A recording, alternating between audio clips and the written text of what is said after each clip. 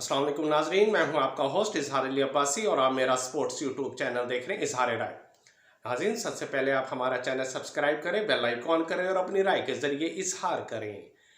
चलते हैं आज की खबर की तरफ कि अभी तक फैसला नहीं हो सका कि पाकिस्तान T20 वर्ल्ड कप के लिए पाकिस्तान का स्क्वाड क्या होगा, और जो गुज़िश्ता रोज़ टीम का ऐलान होना था अब नहीं हो सका, यानी मज़ीद एक दिन की मोहलत मांग ली और पाकिस्तानी टीम के लिए एक दिन मज़ीद हो गया कि स्क्वाड क्या होगा। अभी सब कश्मकश में मुब्तला हैं कि क्या होगा और क्या नहीं होगा।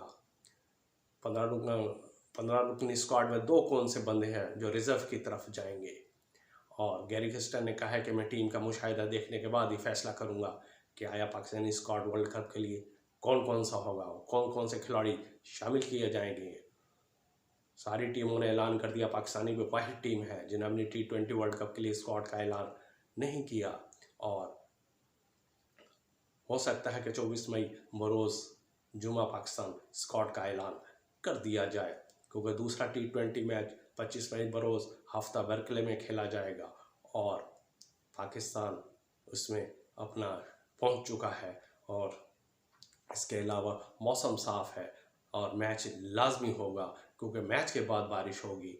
और दूसरी तरफ इंग्लैंड ने भी अपना T20 के लिए कमर कस ली है और उन्होंने एक माहिर नफ्सियात की खिदमत हासिल कर ली हैं कि टीम का पाकिस्तानी टीम पर कैसे कंट्रोल किया जाए, उस पर काबू किस तरह किया जाए। हाँ जी, डेविड यंग ने उन 2019 का वर्ल्ड कप जितवाने में अहम किरदार अदा किया था। इंग्लैंड ये वर्ल्ड कप जीत गया था और उसमें माहिर नफ्सियात डेविड यंग थे, और इस बार T20 वर्ल्ड कप से पहले पाकिस्तान सीरीज़ के लिए उन्होंने डेविड यंग की खिदमत हासिल कर ली है। वो पाकिस्तानियों के दिमाग का मुशाहिदा करेंगे, उनकी बॉडी लैंग्वेज देखेंगे, हरकत और सकनात का मुशाहिदा करेंगे कि पाकिस्तानी क्रिकेट टीम के खिलाड़ियों को किस तरह कंट्रोल किया जाए, और यही सिलसिला वो T20 वर्ल्ड कप 2024 के लिए किया जाएगा।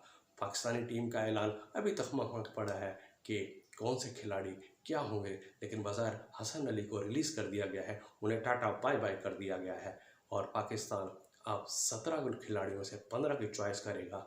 लेकिन वो 2 जो रिज़र्व खिलाड़ी हैं, इम्कान किया जा रहा है वो सलमान अली आगा और इरफान खान नियाज़ी होंगे, जो रिज़र्व ट्रैवलिंग के लिए अमेरिका का सफ़र करेंगे।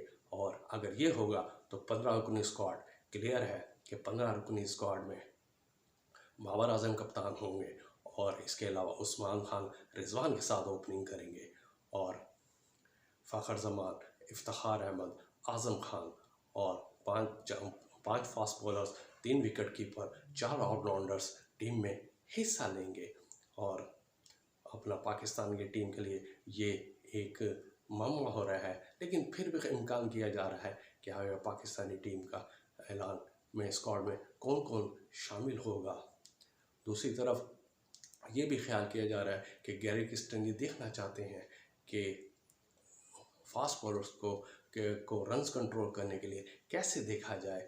फास्ट बॉलर ने आयरलैंड के ख़िलाफ़ बहुत नाकस बॉलिंग का मुजाहरा किया था, उसका ये हुआ कि रिजवान और बाबर आजम पर दबाव आ गया था, और फ़खर जमान ने भी रन्स चेज़ किए थे। यानी अगर के फास्ट बॉलर 180-185 रन्स देते हैं तो फिर बाबर आजम और रिजवान फ़खर जमान पर जिम्मेदारियाँ बढ़ जाती हैं। और दूसरी तरफ आज़म खान और उस्मान खान पर भी बहुत प्रेशर आता है कि वो तेज़ रफ्तार से खेलें। इस तरह फास्ट बॉलर को रन्स पर काबू करने के लिए फास्ट बॉलर की कारकर्दगी को बेहतर लाना होगा, और गैरी क्रिस्टन आयरलैंड में ये देख चुके हैं, और वो दौरा इंग्लैंड में ये साबित करेंगे कि फास्ट बॉल को कम से कम स्कोर देने के लिए आमादा किया जाए, यानी उनके ऐसे ट्रेनिंग दी जाए कि फास्ट बॉलर कम से कम स्कोर दें, ताकि बल्लेबाजों पर प्रेशर ना आ सके और पाकिस्तानी टीम दौरा इंग्लैंड में कामयाबी के साथ वर्ल्ड कप में भी कामयाबी हासिल करे। ये थी आज की खबर। अपना ख्याल रखिएगा। अल्लाह हाफिज़।